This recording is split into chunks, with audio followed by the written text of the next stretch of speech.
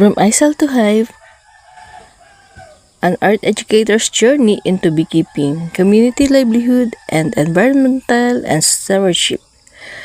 Abstract. Maria Cecilia Sabalapidir, an art educator, visual artist, beekeeper, and farm owner of Bispa and Honeybee Farm, Labo Camarines Norte, presents a transformative narrative on repurposing education for ecological and economic resilience, formerly teaching visual arts in a traditional classroom. Here, learners face now reasonless on the hum of the native still Issb's tetragonal berry, turning pedagogy into a practice through meliponiculture and sustainable enterprise. This paper documents how the integration of beekeeping into STEM education and community outreach created in a living laboratory for youth, women, researchers, and entrepreneurs in Labo Camarines Norte, Region 5, Bicol, Philippines, through the Best Friend Honeybee Farm and the Meliponiculture Tourism Bicol. Over 30 STEM students and the 15 women's artisans were trained in stainless bees management, honey processing, and the production of natural and organic natural cosmetic bee-based products, and the initiative demonstrates measurable outcomes, increased student engagement in science, and establishment of micro-enterprises, and the community-driven model for pollinator conservation and livelihood. As a member of Beekeepers Association of Camarines Norte, the author bridged art, science, and the entrepreneur to serve women's group, youth, researcher, business entrepreneurs, environmentalists, and the faith-based communities. Using reflective practice and the action research and the study highlights three transition from the creative expression of ecological caretaking, from the classroom instruction to community empowerment, and from the individual skill to collective prosperity. The findings affirm that when an art educator becomes a beekeeper, the classroom extends beyond the walls, becoming a hive, and the innovation, environmental advocacy, and the sustainable rural development rooted in rural organic practices. Magandang araw po sa IBRA and fellow meliponiculture advocates worldwide.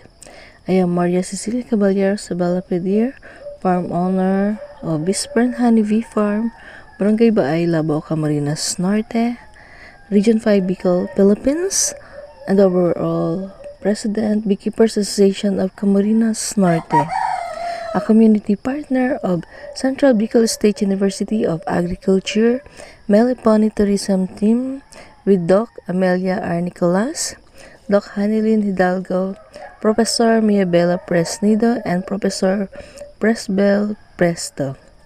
Today, I share how an educator ended up trading isles for hives, and why that shift matters for community livelihood and environmental stewardship.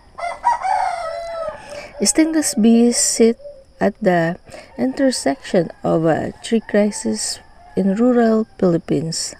Number 1, livelihood. 26% of our farmers live below poverty line. Pollination. 75% of food crops need pollinators, yet habitat loss continues. Culture indigenous beekeeping knowledge is disappearing with our elders. IBRA's work on bee science is good, but my question was, how do we make that science live in a community?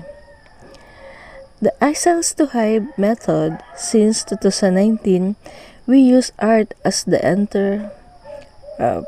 pivot on science in Camarines Norte, Region 5, Bicol, Philippines. We painted hives maps and flower calendar with farmers. Visual learning first. From 5 colonies of tetragonal berry, we trained 32 households and 70% women's and STEM student with own early family brands, their own honey and their label, their story, their income. Result, the hive becomes both a classroom and a livelihood asset. After 4 years, there was an environment stewardship plus livelihood. Looks like for stewardship, 180 plus new colonies plus 180 plus micro-pollinators sanctuaries. For livelihood, average plus 35% household income for active beekeepers. And 3 barangays planted plus 2,000 plus native flowering plants. For livelihood, 500 to 800 per 200 ml heirloom kiwot or stainless bee honey. And for stewardship, 0 pesticides used in apiary zones by partners. And for livelihood, 12 women now earn as trainers themselves. A key insight for IBRA: when people own the process, they protect the bees. Number 5, policy link. Our biggest threat is not for the land tenure. Without secure access to land, smallholders was not invest in a 5-year bee colonies.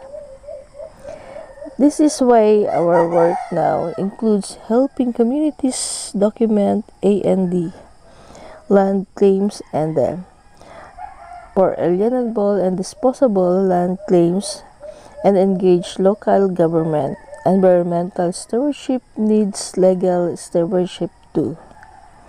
The future of stainless bees is not just in journals. It's in the hands of mothers in a labo who would now check her hives before she cooks breakfast and the excerpt from the hive. We learned that art creates access, livelihood creates care, and care creates conservation. That's all. Thank you. BMAX! Sustaining Bees to the Max! Hello guys! Welcome to Bees Land!